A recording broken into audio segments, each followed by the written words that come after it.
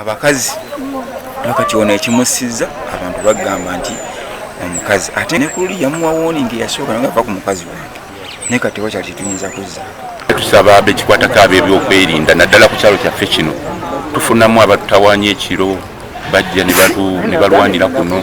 Tusaba batuyambe bakole ku nsonga eyo batwongere mu byokwerinda. Amabaala gavaamu obuzibu, abantu tebeebaka banywa omwenge essaawa 5, 8, 10 bawulira batambula.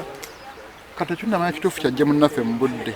Omutuuze omusajja kituufu abadde mutuuze ng'abeera munaakola emirimu gye, naye kitukubye entiisa okutugamba ku makya ng'abamutidde mu kakoona wano bamukubye omutwe ne bagwasa. Endoza kiva ku ttamira erisukkiridde ennyo. Richard ono asangiddwa ng'omulambo gwe guli okumpi n'omukyalo ono wawangalya mukazi goke kabadde akoleramu emirimu gye gino meters nga 3 ate nga wasangiddwawo n'ekiti kigambye okuba nti kyekyakozeseddwa okulaba nga kikubwa omusajja ono ku mutwe.